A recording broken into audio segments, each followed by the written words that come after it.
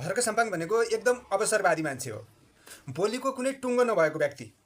मानिसको भिड आफूतिर कसरी आकर्षित गर्न सकिन्छ त्यो सबै गर्छ उसले। कहिले रोएर कहिले हाँसेर। झुटको त कुरै नगरौँ, ऊ शब्दै पछि झुट बोलिरहेको हुन्छ। अर्को मुख्य कुरा, ऊ अरूलाई दोषी बनाएर दोष देखाएर आफू राम्रो हुँ भन्न खोज्छ। ऊ अवसरवादी हो भन्ने कसरी भन्ने लाग्ला फेरि तपाईँहरूलाई। जेनजी आन्दोलनको क्रममा धरानबाट काठमाडौँ प्रधानमन्त्री बन्छु भनेर त आएको, अवसरको खोजीमा आएको मान्छे हो। ऊ त्यहाँ आएको सरसल्लाह र अरूलाई समर्थन गर्नको लागि होइन, म आफै बन्छु भनेर ऊ आएको मान्छे हो। दलबलसहित धरानबाट काठमाडौँ आएको प्रधानमन्त्री बन्नको लागि। उनको त्यो जाल पनि असफल भयो। त्यस पछाडि विभिन्न बहानामा विरोध गरेर अडचनहरू निकाल्न थाले उनले। अब कसैले प्याच्च बोल्न मन लागेको होला, भिडियो पुरै हेरेर बोल्ने। यसको उत्तर पनि यही भिडियोमा छ। भिडियो पुरै हेरेर अनि प्रतिक्रिया दिने। तितो होला तर सत्य यही हो। हर्क साम्पाङले पुलको बहानामा कसरी जनताहरूलाई ठगे।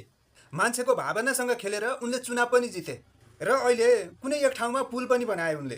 पुल बनाएकोमा विरोध होइन मेरो प्रश्न, उनको नियत कति फोहोर छ भन्नेमा हो।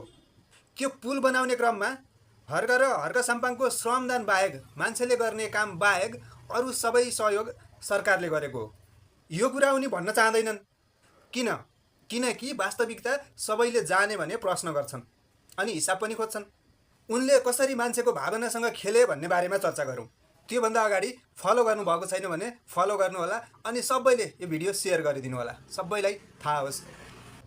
त्यो 12 महिना एकनास बगिराख्ने नदी, त्यो तुइन अनि त्यो सानो नानी, यही दृश्य हर्क साम्पाङले देखाएर आँसु झारेर मानिसहरूलाई इमोसनल ब्ल्याकमेल गरेर पैसा उठाए उनले। चुनावी नारा पनि बनाए। सरकारको कुनै पनि सहयोग बिना श्रमदानबाट पुल निर्माण गर्छौँ भनेर बाचा पनि गरे।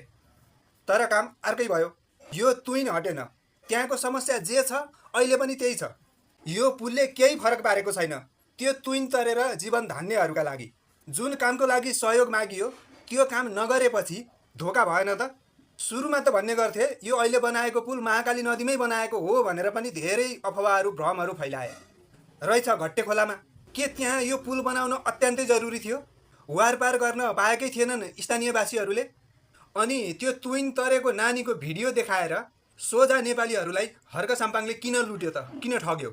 म फेरि पनि भन्छु, यहाँ पुल बनायो भनेर मैले विरोध गरेकै होइन। मेरो प्रश्न, त्यो पुल बनाएर त्यो तुइन तर्ने नानीको जीवनमा यो पुलले फरक पार्यो कि पारेन भन्ने हो। माटोका बुद्धिजीवीहरूले जवाफ देऊ।